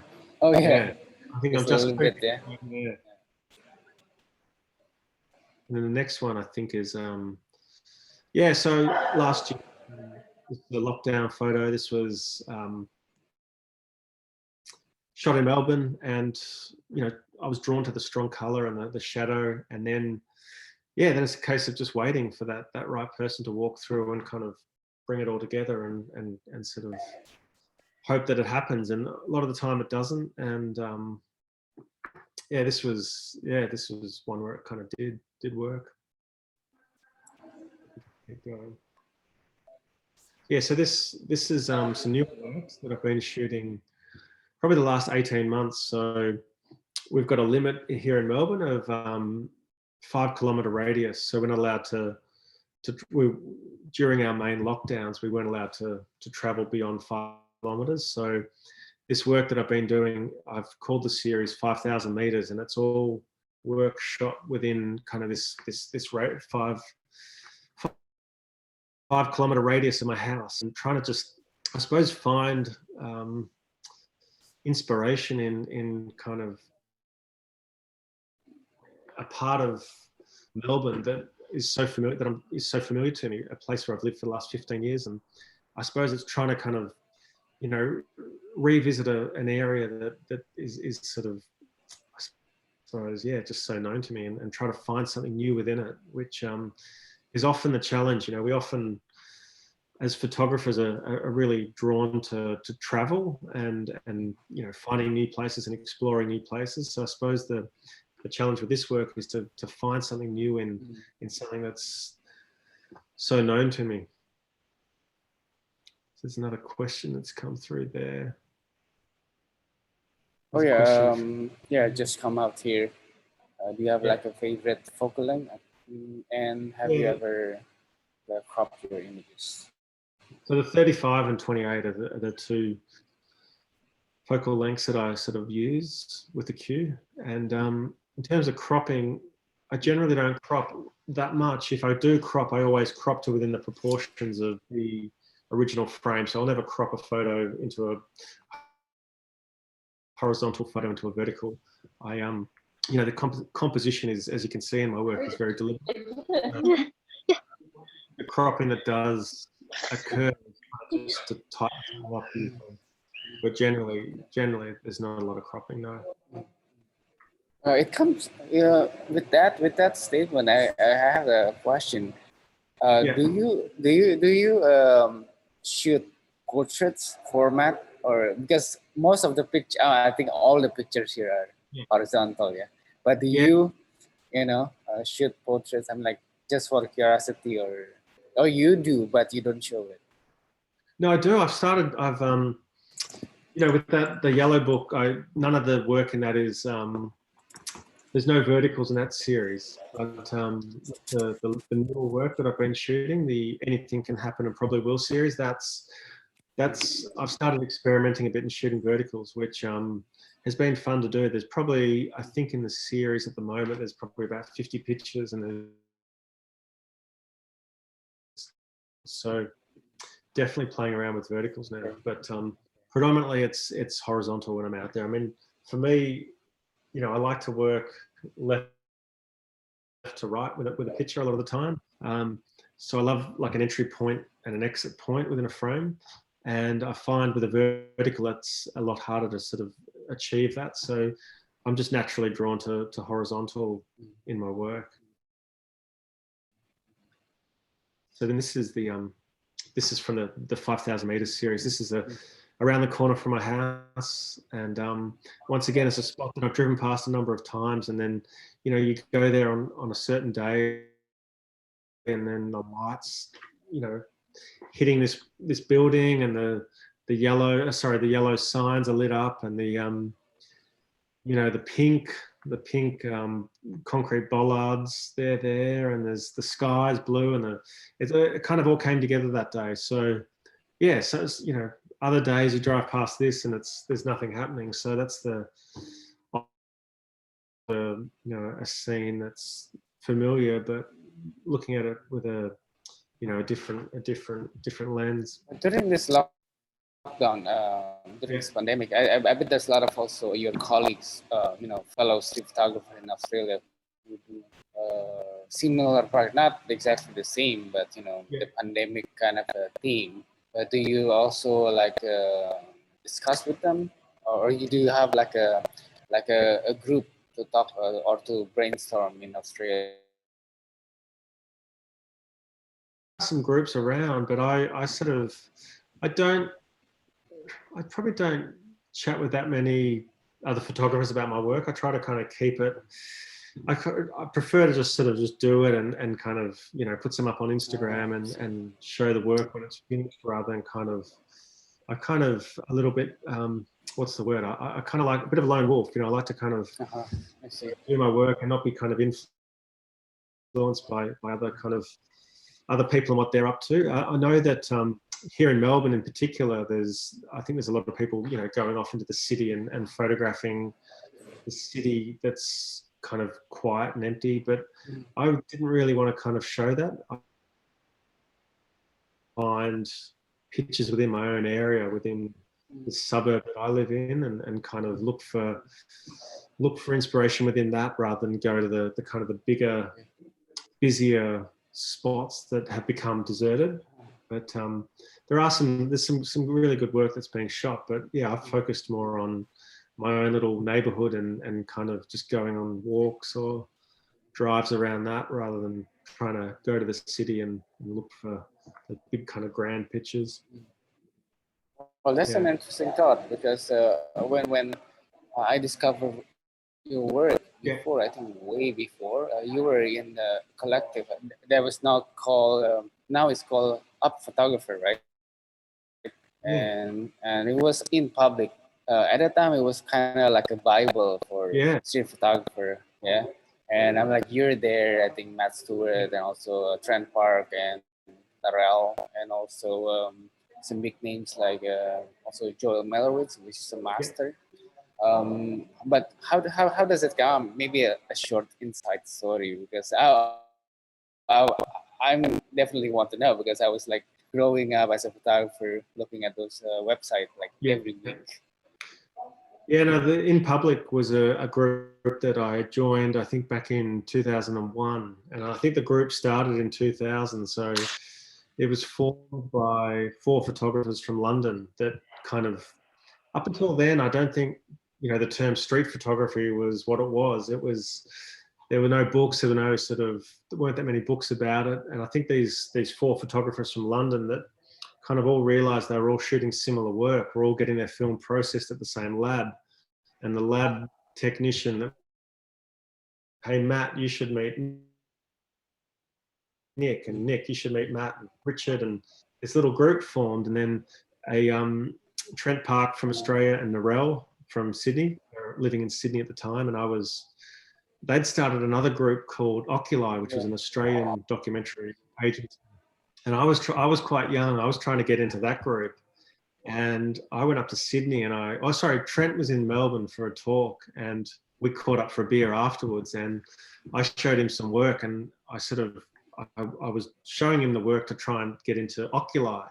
And he said to me, "Oh, I don't think your work's ready." I was only like 21, 22 at the time, so I was quite young and starting out. And he said, "There's this other group that started off in London that I'm a part of called In Public." And he put my work forward for that, and then introduced me to the guys from London, which for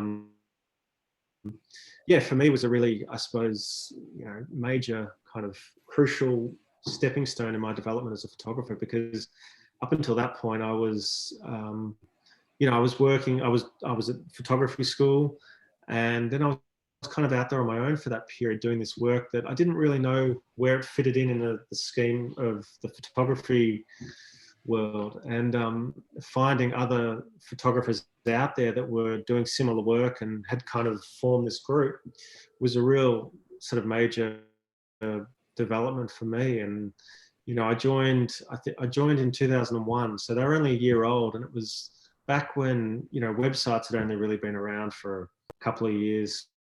So there was no Flickr, there was no Instagram, there was none of the things that we have today for looking at work. So In Public became this, like you said, a bit of a Bible for aspiring street photographers. And as a group, we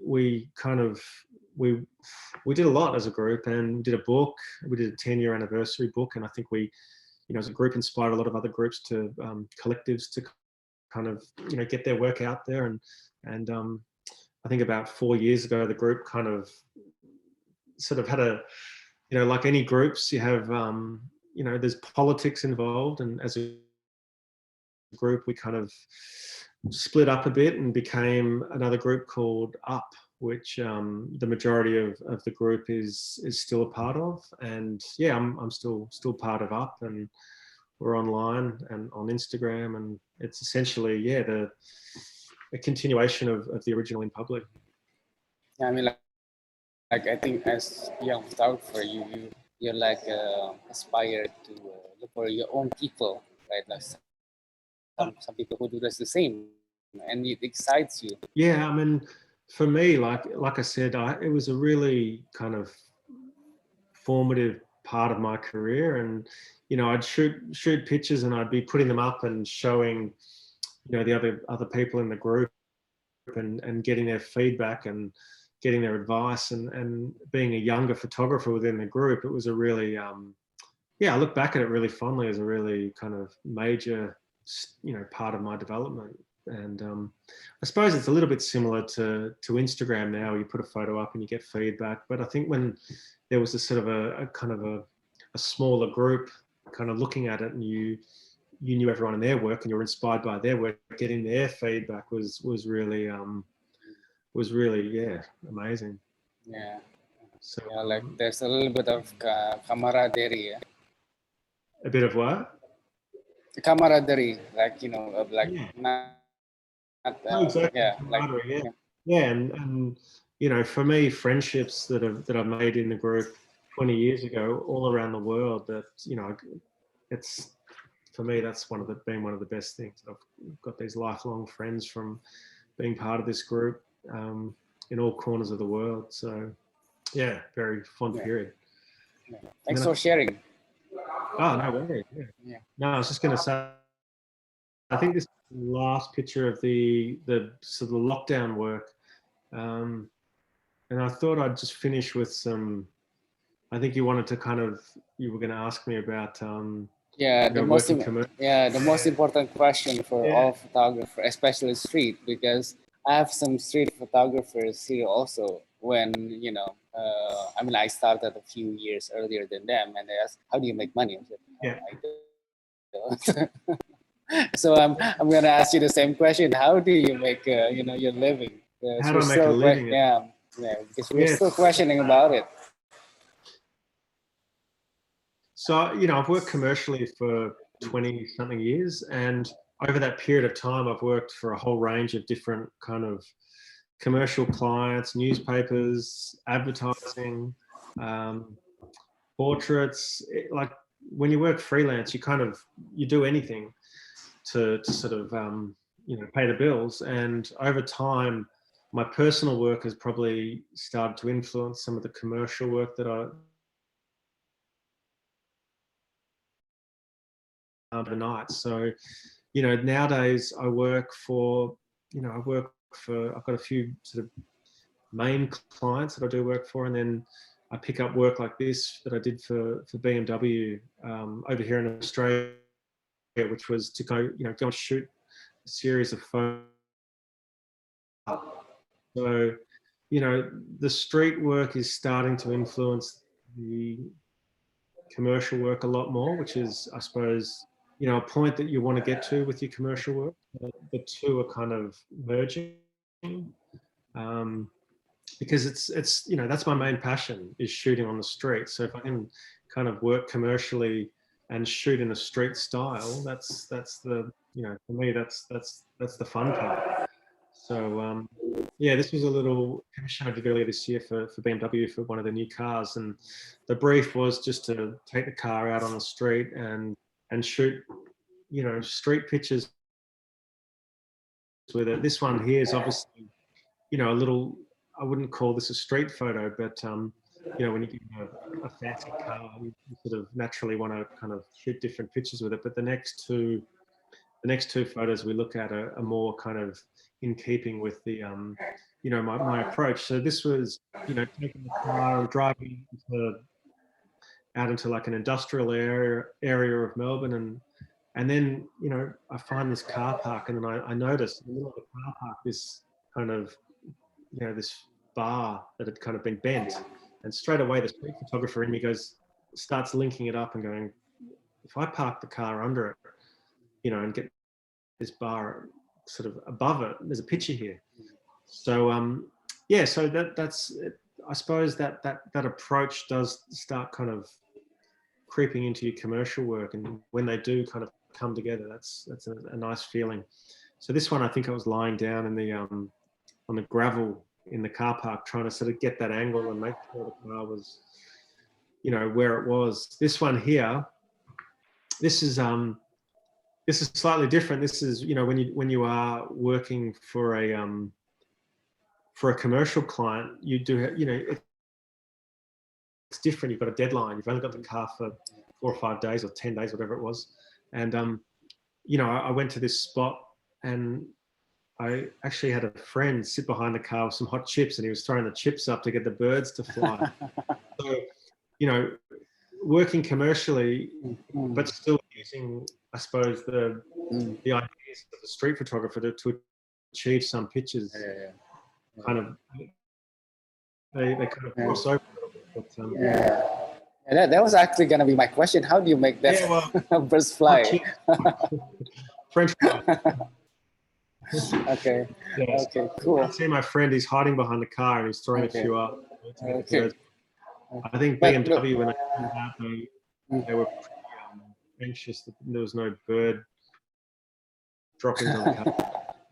Droppings. Oh yeah. But actually, they gave you a car for a weekend and you just drove around with a friend. Yeah. I essentially drove around for, I think it was 10 days, and you know, I had an open brief. They just said, just go and shoot the sort of pictures you want to shoot with the car, but make sure the car's in it. And that's fantastic. You know, so I started looking for my type of pictures, you know, graphics, strong color, interesting light, but, you know, using the car within the frame. And then with some of them, I went out with a friend because obviously I wanted to, you know, have the car moving in the frame, so I couldn't be doing that. So yeah, we'd find interesting walls and interesting backdrops, and then I'd jump out and then get him to drive through and make it happen. So that was a real commercial job where it kind of, you know, it was really inspired by my street work. So but yeah, I do all sorts of work to pay the bills. Okay, but actually I was kind of, you know, happy that you got maybe at this point of your career, you can get a job that actually they want Jesse Marlow style. But yeah, maybe you have to, you know, suck it up and just, you know, this is what we want to do, which is not street photography. Yeah. We just have to earn a living, right? I don't know if you were in that phase already before, but it's nice to have like an ad agency. Okay, I want you and do your own thing. This is a carte blanche, not really carte blanche all the way, but it's a carte blanche assignment. Yeah, it was a dream job, really, in terms of sort of, you know, a brand new car and open brief, and, you know, just being told to sort of explore things through, you know, through my eyes and just make sure the car's in. That was it. They said, look, you know, the car can only just, it doesn't have to be a major focus of every picture. It's the hint of the car. So you start to kind of, you know, I suppose, imagine how you could shoot in you know, in your own street style with the car and kind of make it work. And then, pull together different things. And there's a whole, on my Instagram, there's like a longer edit of this work, if anyone wants to check it out. But it was a really interesting and fun job and challenging job to kind of have that pressure and also that freedom. Yeah. So it was a fun one. Hearing it from you, it sounds like really, really fun. I think the only thing probably that is not fun is cleaning the droppings. Yeah, the droppings. Yeah, there's a bit on there. We went back by the car wash, that's for sure. Anyway, yeah. Thanks for sure. No worries. Yeah. So is this the last photo, or we still have some series? Yeah, I think I finished with the birds. I thought it was a good way of. Wow. Okay, that's a good finishing off. analogy. Yeah. Yeah. The birds. So we talk about for 2 hours already. So it's quite 2 hours. Jeez. Yeah. What time is it over there now? It's Dinner time. 6:30. Yeah. Some people are having, probably having dinner as we still Yeah. talk. Again, thank you for doing this talk. And My pleasure. Amazing presentation. I think we touched bases on a lot of your work, and I think some questions also very interesting. And great questions. Yeah. Maybe if there's nothing else, we'll give back to Bernard and Jacqueline. Yeah, thank you for all your time. Thank you, Jesse. Thank you, Ronnie. I think we stretched it a little bit over, but it's always nice to have your time and to show your work. I think we are open. Anybody who wants to say hi to Jesse, please unmute yourself, turn on your video. Other than that, we will post this in our YouTube channel in the next day or so. Thank you very much. We look forward to having Jesse back in Jakarta as soon as we can. But other than that, hope everybody remains safe and have a good evening or morning and night, wherever you are. So again, we'll just leave a minute or two if anybody wants to say hi or to chat with Jesse. Please unmute yourself, turn on your video so we know where you are and who you are. Other than that, thank you again, Jesse, for your time and for sharing. Thank you, Thanks, everybody. Pabi and all, thank you for joining. Please feel free to say hi or to say bye or. Thank you, Bernard. Thank you, Jesse. Hello from Manila. Hi, how are you? Hi. Jojo, thank you. How are you, Jojo? All good in Manila? Yeah, all good. We're in GCQ, so we're more or less mobile. We can move around, but okay. We just have to stay safe. Yes, everybody, please do. Thank you, Jojo. Thank you. Nice to see you all. Thank you, Jesse. Pleasure. Thank you. Amazing images. Thank you. Thanks so much. Where are you from? I'm from Manila, Philippines. I'm from the Leica store in Manila. They operate the Leica store in Manila. Yeah. Yes. Love the Of course, I'm home now. So we close at around 7 or 8 o'clock. So. Okay. Oh, that's good. So the first part I was driving, so I couldn't say hello. So okay. All the good stuff was at the end. Yes. Well, I was about. I don't know if I was to get an answer because I think I went on a bathroom break, but I was about to ask, how do you come up with your body of work? Do you sift through all your pictures, or do you just have a rough concept and then just go out there and shoot? Yeah, I suppose the bodies of work kind of develop over a period of time, and I think I sort of, with the color work especially, how each body of work has kind of been defined, I suppose, is the Yellow Book was all on film. So when I stopped shooting film, that was kind of the end of that series. And then the new work that I'm doing, which is the Anything Can Happen and Probably Will series, that's all on digital on the Q and the Q2. So there's kind of little things like that kind of, I suppose, define each body of work. But then there's, you know, another body of work that I did call Wounded, which was a black and white series of film that I shot in sort of 2002 to 2004, and that was a, you know, a real sort of, it was a body of work shot on the street, but it was more of a like a documentary street series. That was all about injured people. So that had a natural kind of start and end point because it was a theme-based project. So it's probably a mixture of a few different approaches, but yeah, rather than, you know, kind of, I don't really sort of generally start a body of work and kind of put a period on it and try to finish it within a certain period. It kind of just happens naturally, and then I find a way of bringing them together, you know, like I said, either through being digital or film, and that's kind of how it's I remember you defined. mentioned that there was one body of work that you did for 9 years. Yeah, so that's right. Yeah, so that's a long time. Yeah, it's a long time. You know, very, very, very strict sort of approach for that one, which I've now kind of loosened up a bit with the new work. But yeah, it's a combination of different approaches to kind of define. Thank you for that. Oh, pleasure. Okay. Anybody else? If not, then we end the session. So we let Jesse go. Must be late at your place now, no? It's about 10. 9:30. That's okay.